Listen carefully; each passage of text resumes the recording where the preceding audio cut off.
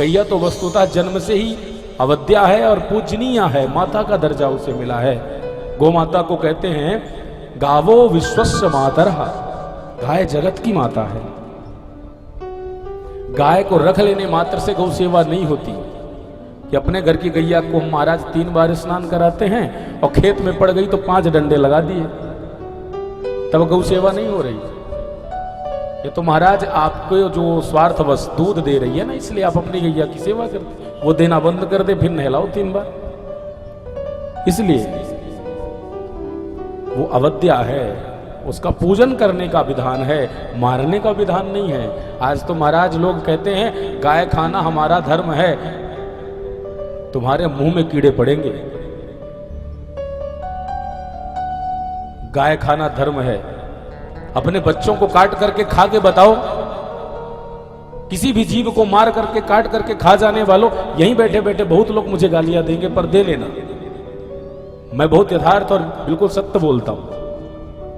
मांसाहार करने के बाद याद रखिएगा, जो जो जिस तरह जीवों को दुर्दांत कष्ट देकर के मारता है, उसके साथ भी वही होना ही है। आप सोच रहे होंगे कि मरने के बाद किसने देखा है, उसके बाद जो गति होगी ना, तड़पोगे महाराज, मुक्त नहीं हो पाओगे। मैं बार बार कह रहा हूं कि ये भगवान ने हमें गिफ्ट दिया है, गॉड गिफ्ट है मनुष्य शरीर।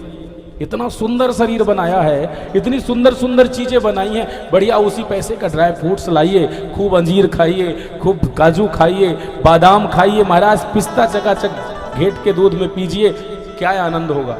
इतनी सुंदर सुंदर ठाकुर जी ने कृपा कर दी, बढ़िया बढ़िया फल दे दिए, बढ़िया बढ़िया मिष्ठान्न दे दिए, उसके बाद भी अपना दुनिया का पता नहीं गंदगी डाल डाल करके इसको गंदा कर दिया। भाई मरे हुए व्यक्ति को कहां ले जाया जाता है, हमें बताना भला। जब हम लोग मर जाते हैं तो उसे कहां ले जाते हैं, कहां लेकर जाते हैं? मरघट में, शमशान में ले जाते हैं ना। शमशान में, शमशान में मुर्दे को ले जाया जाता है, वहां जलाया जाता है। तो जहां जीवित आदमी रहे वो तो बड़ा सुंदर घर हुआ, जहां मुर्दा रहे वो शमशान घाट हुआ। जो व्यक्ति मांसाहार करता है, मरे हुए जीवों को ही अंदर अपने डाल रहा है, तो आपका ये शमशान ही है, मरघट है आपका शरीर, जिसके अंदर मुर्दे चले डालते जा रहे हो, चले डालते जा रहे हो। इतना याद रखिए, ये विधान नहीं है। जीवों को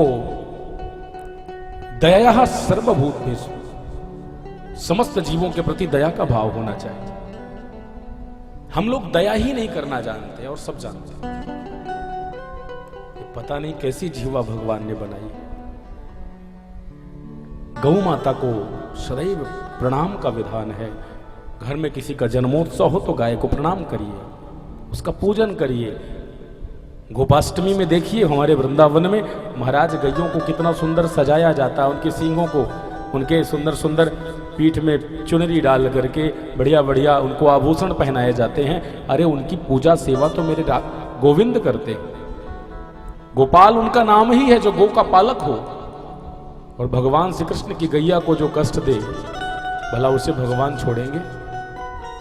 विनाश हो जाएगा।